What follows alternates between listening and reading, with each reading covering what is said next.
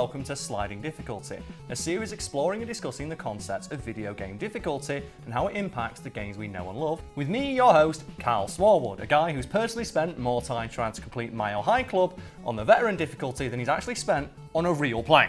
We're going deep and we're going hard. Surely you can't be serious. I'm serious, and don't call me Shirley. And today we'll be discussing the originator of the bastard hard 3D action game, Ninja Gaiden, and its subsequent oddly named rework, Ninja Gaiden Black. Games that put you into the sculpted rubber outfit of young ninja Ryu Hayabusa on his quest to stop the Dark Dragon Blade, which threatens to destroy the entire world. Somehow. It's a sword, it's pretty good in game, but it doesn't even have any Zuna drop. You gotta hit the world real hard.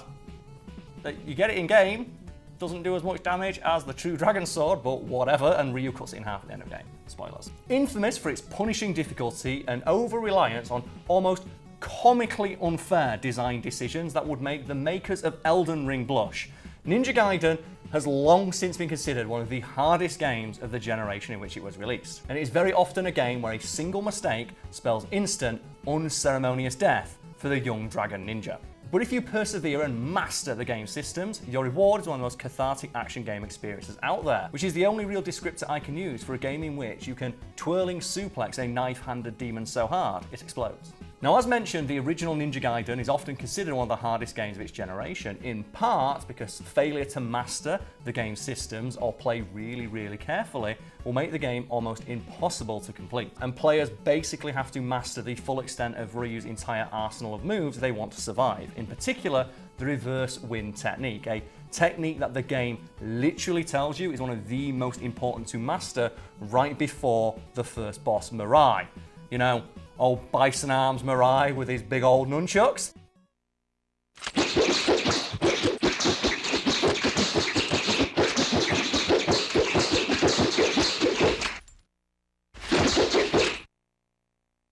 The guy who stopped a young me from playing that game for many years, and so I learned, oh yeah, you can't just block indefinitely. Following its release, Ninja Gaiden was updated by several bits of DLC called the Hurricane Packs, which made the game easier and or harder depending on how you look at it. Something I say because the Hurricane Packs introduced a new move that made the game a cakewalk if you were a big enough badass. To explain, the Hurricane Packs introduced a new technique into Ryu's arsenal called the Intercept technique, which allowed you to parry virtually any attack in the game with good enough timing, allowing Ryu to circumvent the damage from virtually every attack any enemy in the game can throw at you, provided you have big and pendulous enough balls to stand there and deflect it with the tang of your ninja blade. So any attack that would normally guard break or crush can be completely bypassed by intercepting said attack, and you get all the benefits without having to deal with any stagger or chip damage that would normally incur from blocking some of these attacks.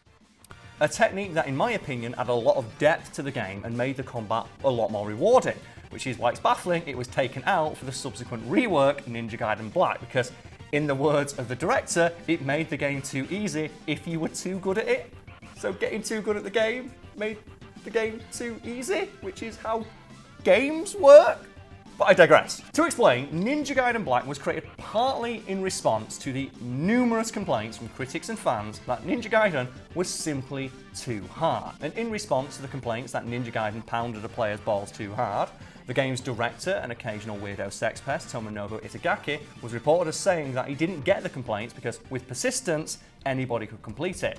Which is fair, but come on. Like, with persistence, you can beat your way through a glass coffee table with your own nutsack, but if that was the only tool you gave me to do that task, I'd complain. In response to people saying the game was too hard, Itagaki saw to it that a secret, hidden difficulty that made the game a lot easier was added to the game, but could only be unlocked if you were really bad at playing Ninja Gaiden. And you might be wondering, how does that work? Well, the only way to unlock this new difficulty, dubbed Ninja Dog Mode, is to die 3 times on the first stage, which is doable if, you know, you're fighting against Mirai, because that guy will kill you outright if you don't master one of the game's most basic and critical techniques. But if you manage to brute force your way through Mirai and then happen to die at later points in the game that are, in my opinion, as someone who's played the game multiple times, a lot more difficult and a lot more punishing and unforgiving, you're shit out of luck. So, unless you know this mode exists and you want to specifically unlock it, or you just happen to be very bad at playing the game, you will never be aware of Ninja Dog mode. And even if you stumble across Ninja Dog mode, you might not even select it, because once you die that third and final time, the game will ask you if, and I quote, would like to abandon the way of the ninja. A pretty insulting thing in a game called Ninja Gaiden. But the ball stomping doesn't stop there, because if you happen to select, yes, I wish to abandon the path of the ninja, the game will ask you if you're sure. If you select yes again, the game will ask a third and final time if you are truly sure that you want to stop being a cool ninja. And if you select yes that third time, a specially made cutscene will play in which Ryu's ninja apprentice Ayane, fresh from her time in the Dead or Alive tournament, will turn up and chastise you for sucking so much ass.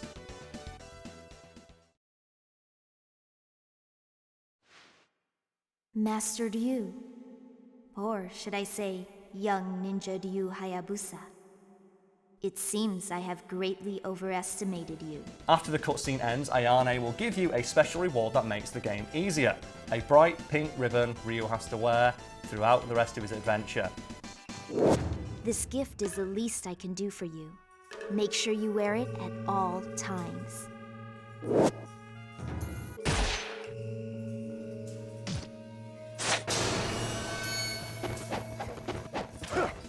The early 2000s, folks.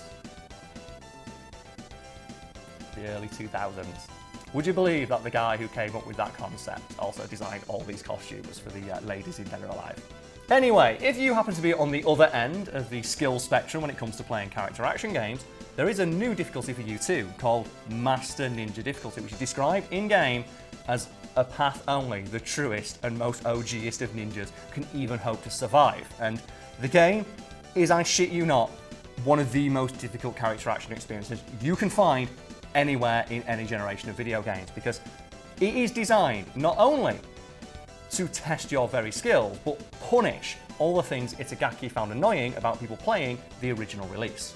So for example, in the original release of Ninja Gaiden, there is a technique available to Ryu called the Flying Swallow. And the technique involves Ryu Hayabusa flying through the air sword in hand at speeds normally reserved for people falling from low orbit. And in the original release of Ninja Gaiden, it is one of the most consistent and safe ways to deal damage to opponents and even bosses.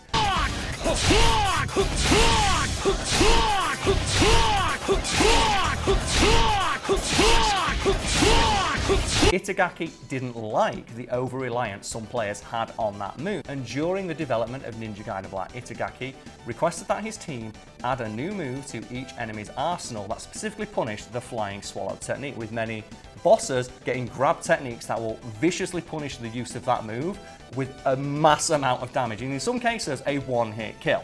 Speaking of enemies, their AI was retuned across the board to make them altogether more aggressive, punishing overly defensive play and forcing the player to be more aggressive themselves.